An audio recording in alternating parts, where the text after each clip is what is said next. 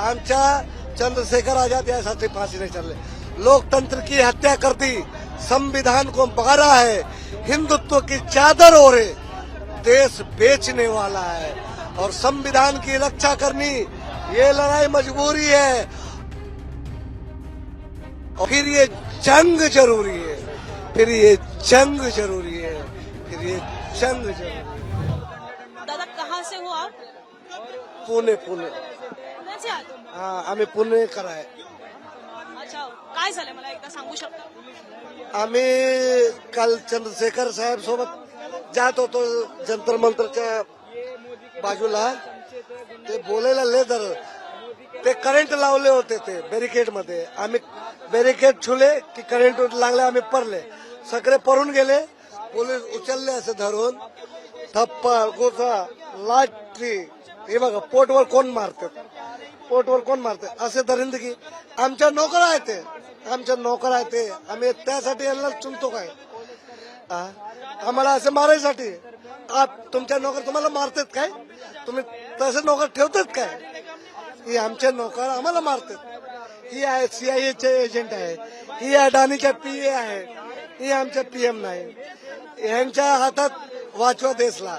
ते अमितचा गुंडा, वर्ल्डच्या सगळे मोठा ते अंडरवर्ल्ड डॉन आहे अमित शहा। ते गृहमंत्री होते गुजरातमध्ये, गुजरात जाळून टाकले होते। आता गुजरात मॉडेल ते म्हणतात, गुजरातमध्ये जाऊन बघा 10% लोक फक्त जे बिझनेस करतात ते चांगले आहे। कालच्या परिस्थितीबद्दल बोलायचं झालं तर काल असं काय झालेलं होतं की पोलिसांनी हा एवढा भीषण लाठीमार केला? पोलीस नाही केले, ते हाफ पॅन्ट घालून, चप्पल घालून ते पोलीसवाले होते। पोलीसवाले नव्हते, हाफ पॅन्ट घालून, मी पण हाफ पॅन्ट घालते, मी पण पुरा जुबान उबान सगळं पंच थप्पर, ही हड्डी तुटलेले आहे। चालायसाठी छोरले नाही, बसायसाठी छोरले नाही, झोपायसाठी छोरले नाही। काय करायचे, काय करायचे? हे आमच्या नोकर आम्हाला मारायला लागले। आमच्या पोरा आहे 7वी में, त्यांची शिक्षण चालू आहे, ते टॉप करते दरवर्ष टॉप करते। सगळे स्कूलमध्ये हर क्लासमध्ये सगळे टीचर म्हणते ही सगळे टॉपर आहे।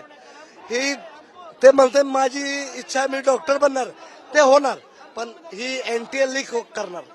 ते आमच्या पोराला एकलत आहे, त्याला मी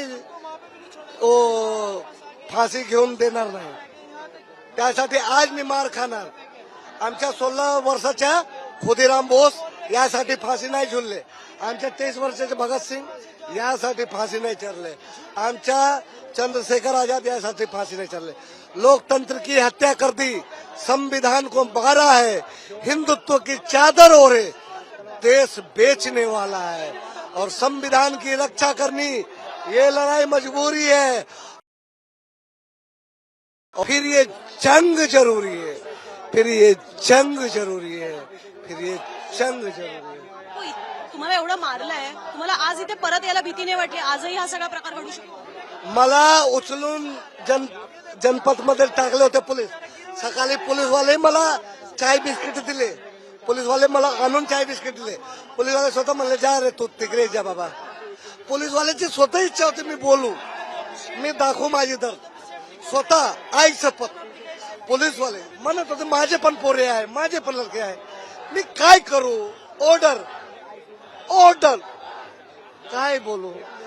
ते ना पोलीसची गलती आहे ना छात्राची गलती आहे। गलती ते फेकणार जे माणूस आहे ना, ते हक द्यायचे लय इच्छा आहे त्यांची, जिथे पण तोंड खोलतात तिथे हगून आणते, तोंडात हाकतात ते। 1+1=11।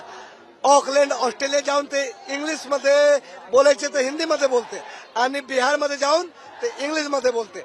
2 मिनिट टेम्परेचर शिवाय बोलू शकत नाही ते। इथे कोणाकडनं आलेलं? एकटे आलात की कोणासोबत? एकटाच। त्यांना तसा बोलायला त्रास होतो, त्यामुळे फार घेत नाही त्यांच्याशी बोलणं। पण मागे अजूनही काही स्टुडंट्स आहेत की ज्यांना सुद्धा त्रास अशा पद्धतीने झालेला आहे, पट्ट्या डोळ्याला बांधून ते सगळे आलेले आहेत।